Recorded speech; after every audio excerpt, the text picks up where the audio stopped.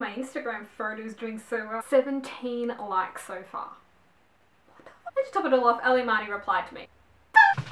I'm having a very good day today. Hi, I'm Miranda and welcome to Books 101 and my May book haul.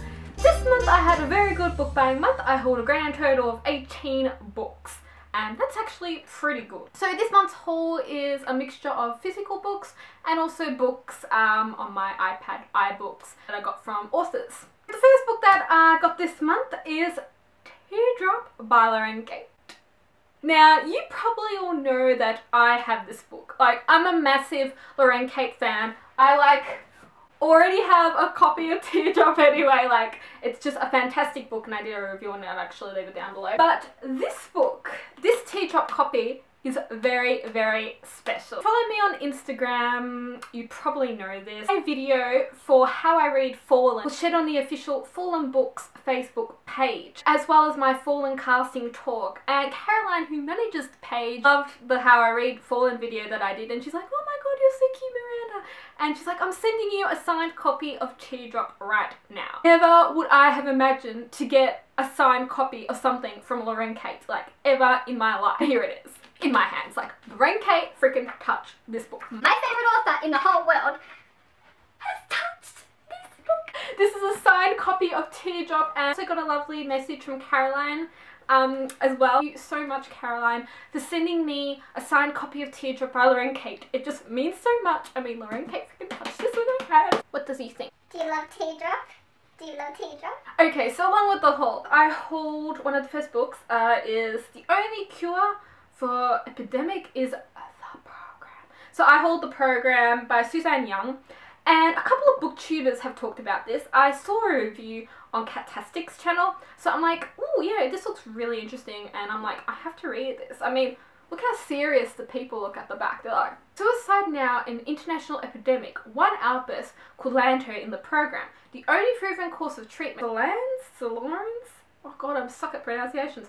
Parents have already lost one child. Sloane knows they'll do anything to keep her alive. She also knows everyone who's been through the program returns as blank slate.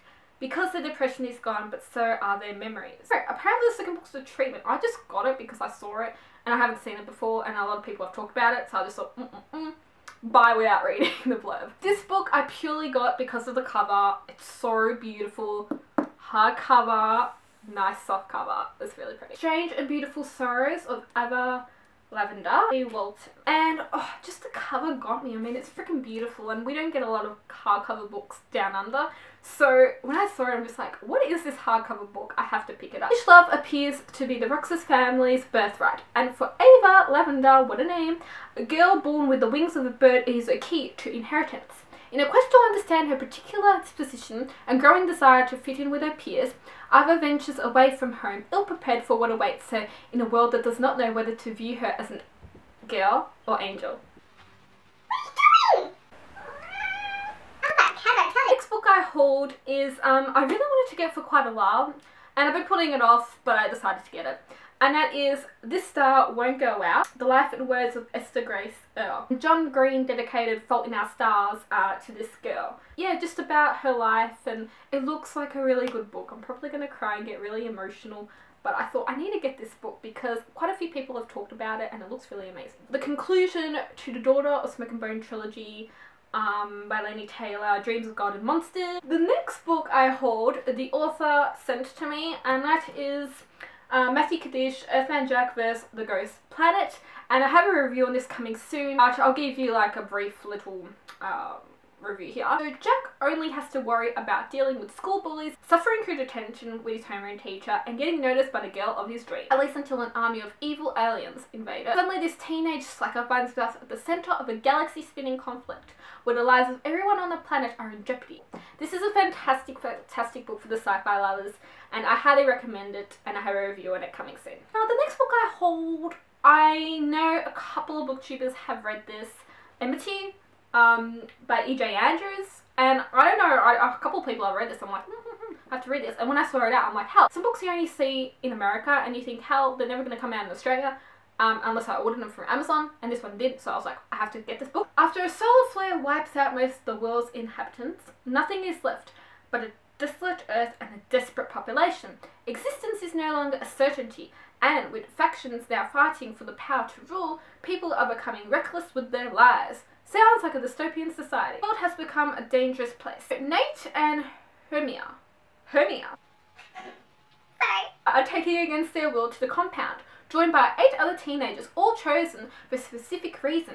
Nate and Hermia are forced to train as assassins to overthrow the current president and make way for a new leader of the free world. Here they learn to plan, to fight, and most importantly to survive, as they all do in dystopian books. Next book I hauled was Sarah Dessen's The Moon and More. A lot of people have talked about this author, so it makes me think I need to pick up a book by this author.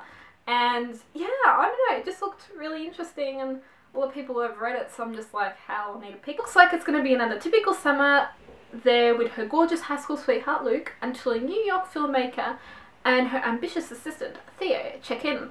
They're obviously after a story, but when getting the locals to talk proves tricky, Theo decides they need a guide, and he's got his eye on Emmeline. Yeah. Finished Up by David Balaté.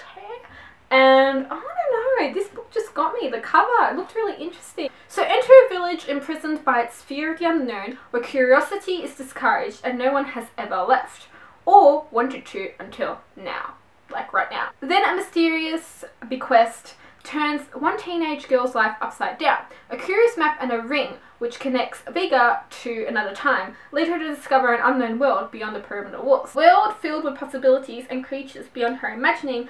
Before Vega can experience it, she'll be forced to fight for the freedom, and unraveling the truth of what it is beyond the confines of a village may cost her her life. Why am I doing this? I have no idea. A thrilling teen fantasy adventure. I'm a teen. Fantasy, I love. My type of book. Neptune. I have the other 2 books. I have read a bit of Poseidon, just a bit.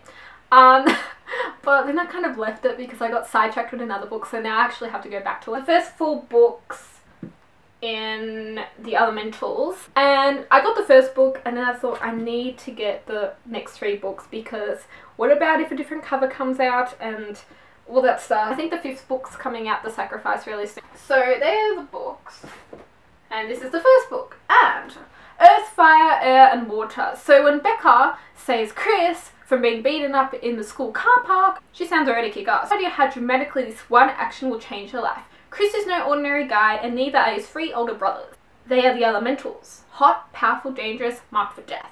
Yeah. So then there's Hunter, the mysterious new kid with a talent for being in the wrong place at the wrong time, and with a life at stake, Becca doesn't know who to trust or whose secrets she should keep. When the 2 boys vying for her affection and pressure rising all around her, will she find out in time who's hiding the most dangerous truth of all? Bam. Looks really good. Tell me if you've read it. Next books I hold on my iBooks, and I got given these books by the authors for reviews, which are all coming soon. The X Factor, one in the Diamond Girl series by Lisa, which is one of my booktubbing friends, which is amazing. And she read this book and I'm like, hell, I have to have this book. And so she sent it to me. I had the review on it coming very, very soon with the EARTHMAN Jack review. But I'm like, I have to read your book. This book is just amazing. His life is uprooted after her father's death, when she moves in with her aunt and cousin Livy. Her plan to lay low at her new high school isn't working. Her jerky boyfriend keeps asking her out, the guy she likes treats her like garbage, and the thought of tumbling again makes her want to help.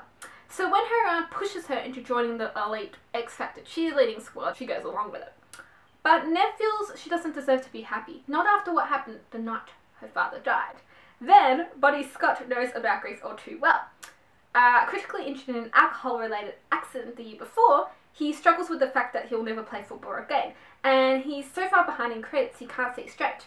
That is, until he meets Nev. Both of them have like kind of bad pasts, and they kind of come together, and it's just a fantastic, fantastic book. I'll leave the link down below. Just get it, please. It is fantastic. The book I got given is, I'll put the link here because it's on my Kindle book reader, which is on my computer.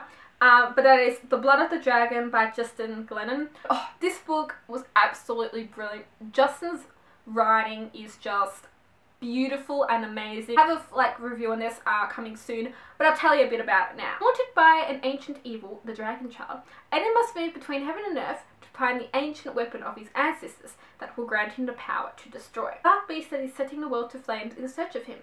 Facing overwhelming obstacles such as bloodthirsty werewolves and soul-feasting phantoms, Aiden fights not only to protect the world, but his companions that follow him into the darkness in search of ways to save the planet. In this journey, Aiden finds love that inspires him to shake off the weights and pains of his past and carry on against all odds, even when all hope seems lost. This is just a fantastic book. Lovers of that out there, and I have a review on this coming soon, so make sure you check that out when I do. And the last book I got this month was Branded. It's in the Sinner series by Abby Kentner and Missy Kalicki. And I got this book to do as part of the Branded tour, which is coming later in May.